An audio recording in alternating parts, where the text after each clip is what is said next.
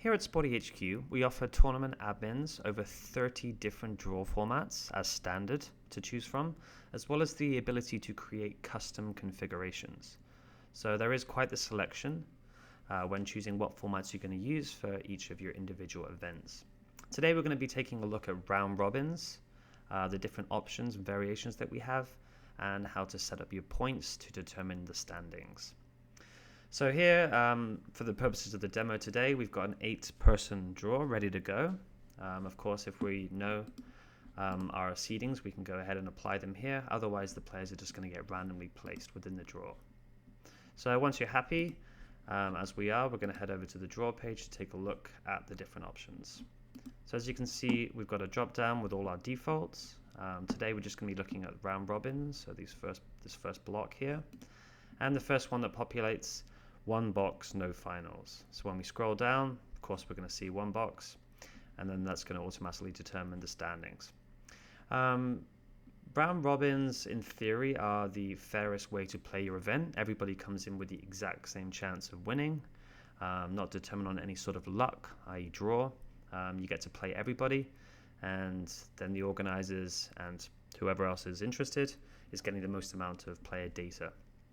So definitely the fairest if you have the time for the particular event to be played, where everybody plays everybody.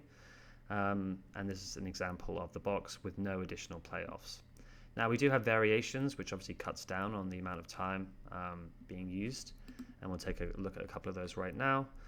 So round robin with 2 different boxes. Of course, that's going to split it up into 2 lots of 4. Here we've got our standard, where we just get the standings given to us at the end. And we've got a couple of different variations here. So let's look at a standard finals format for 2 boxes. This is essentially where the 2 1s play, the 2 2s, the 3s, and the 4s, and then you get your final playoffs positions. And then we've also got a half playoff only. So that's just a case of if you don't want to play off for every position, but you are looking to determine an actual winner, then you can do that. So here.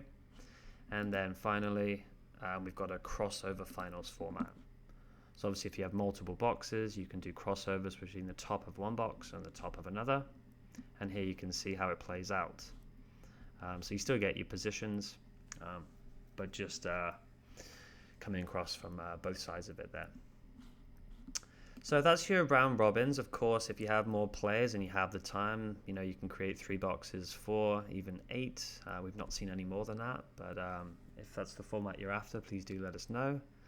And finally, with round robins, we want to configure how the standings are determined. So we're going to head over to our tournament admin menu here. We're going to head down to round robin and teams configuration. Okay. So over here on the right hand side, we're going to set our points, number for a match win, a draw, and a loss. Here we can determine what happens in the event of a walkover. And here is the standings priority, i.e. what criteria is the system going to use first to determine the standings. And this is a simple drag and drop. So perhaps your system is points first, but then it's points differential next, or game percentage is the most important. So this is obviously completely configurable, however you wish to determine your standings. Once you're happy, you can just hit save, and then that will automatically be applied to your round robin events.